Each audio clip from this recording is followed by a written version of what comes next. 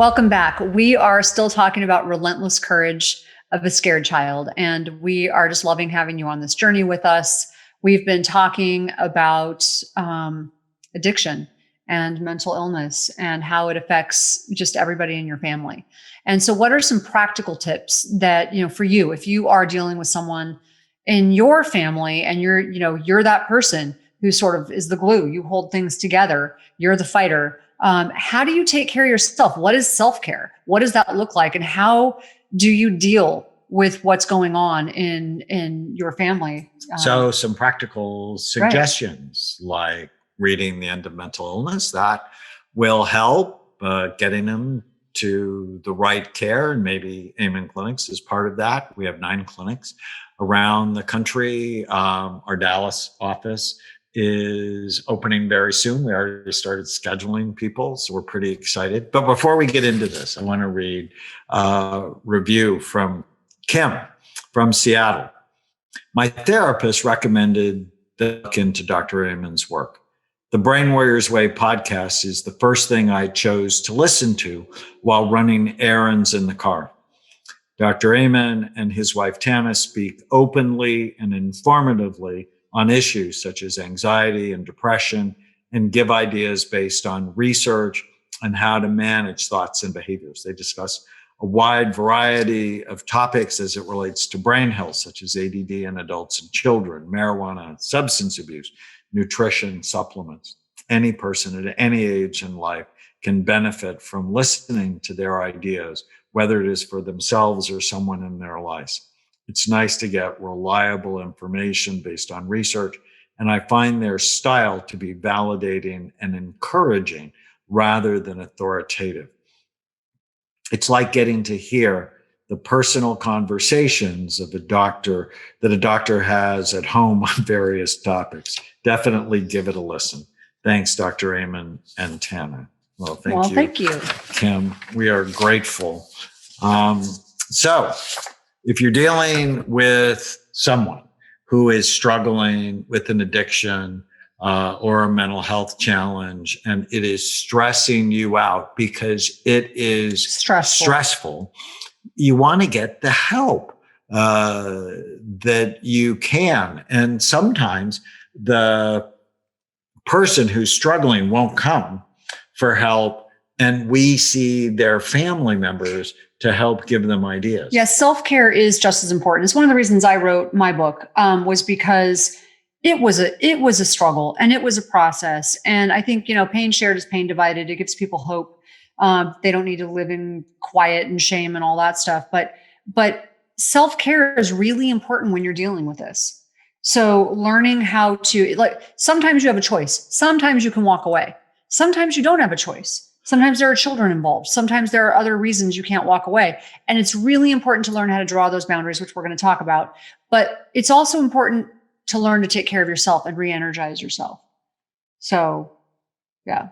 All right. So self-care. Grace. Tip number 1. 2 is get information. 3, realize it's more complicated than it may seem, rather than they just choose to not be responsible. It may have to do with frontal lobe function, or it may have to do with toxic exposure. I had a patient this morning, their Lyme test came back positive, and that's why they're overwhelmingly tired. Another patient this morning, their mold test came back positive, which may be why they're anxious. So understand it may be other things than you think, that they just don't care. And I think finally we have to think about grace and forgiveness.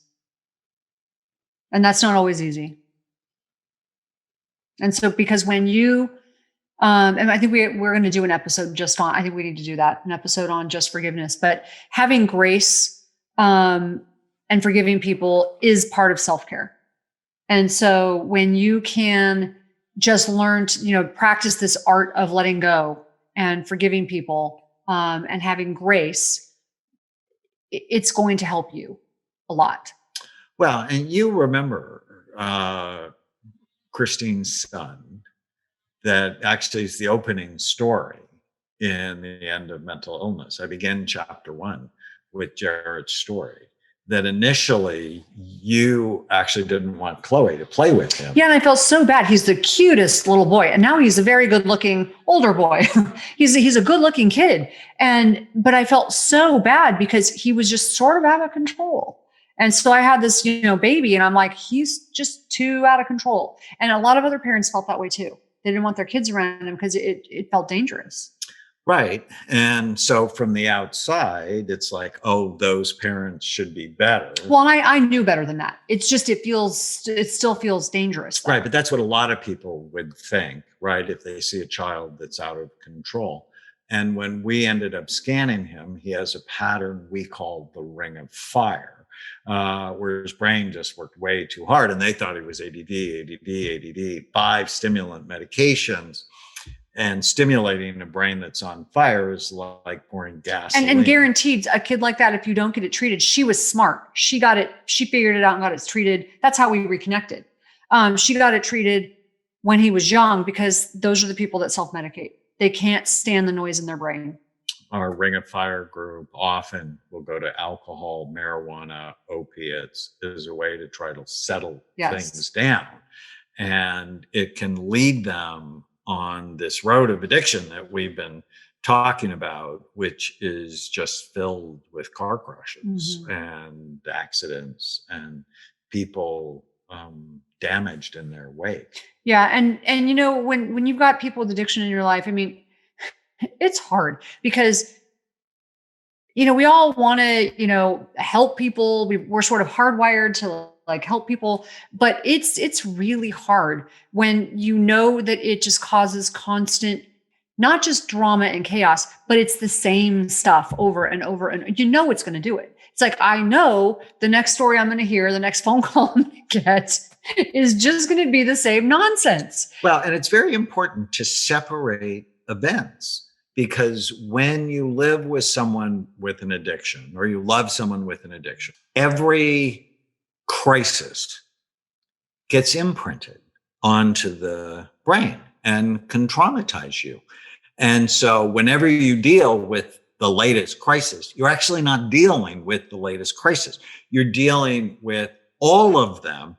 And often you can make the current one much worse because you overreact because you're not dealing with the moment, you're dealing with all of the moments. So learning how to separate that is very important. Yeah, that's a really important point because that was something you actually helped me with, because I would see my sister as a tornado. In my mind, it's like the minute my phone rang, it's like, oh, here comes the tornado. Because it was all of the events all tied together. Or here's one, a rattlesnake. So how are you going to effectively deal with a situation or a person when that's the vision you have of them, when that's your picture? And so dealing with each moment separately is so important. And not labeling it something like that is like not coming up with an analogy like that, because that's actually, even though you think it's just an analogy, it's not. It's affecting how you are able to handle it. Because how do you handle a rattlesnake? You just, you chop its head off if you're me. So it's, or you don't go anywhere near it. Right. So either way, you're not effective. Yeah. Well, we hope this has been helpful for you. Write to us and tell us the stories in your life. You can write to us at brainwarriorswaypodcast.com. Leave us a comment, question, or review. You can also pre-order The Relentless Courage of a Scared Child. Go to relentlesscourage.com. If you pre-ordered it at Amazon or barnesandnoble.com or anywhere great books are sold, you can enter your receipt number and get a whole bunch of really helpful, thoughtful gifts. Help us make The Relentless Courage of a Scared Child. I'm so appreciative of your support. An international bestseller, because we know it can help so many. Stay with us. If you're enjoying the Brain Warriors Way podcast, please don't forget to subscribe so you'll always know when there's a new episode. And while you're at it, feel free to give us a review or 5-star rating, as that helps others find the podcast. If you're considering coming to Amen clinics or trying some of the brain healthy supplements from BrainMD, you can use the code podcast10 to get a 10% discount on a full evaluation at amenclinics.com or a 10% discount on all supplements at brainmdhealth.com. For more information, give us a call at 855-978-1363.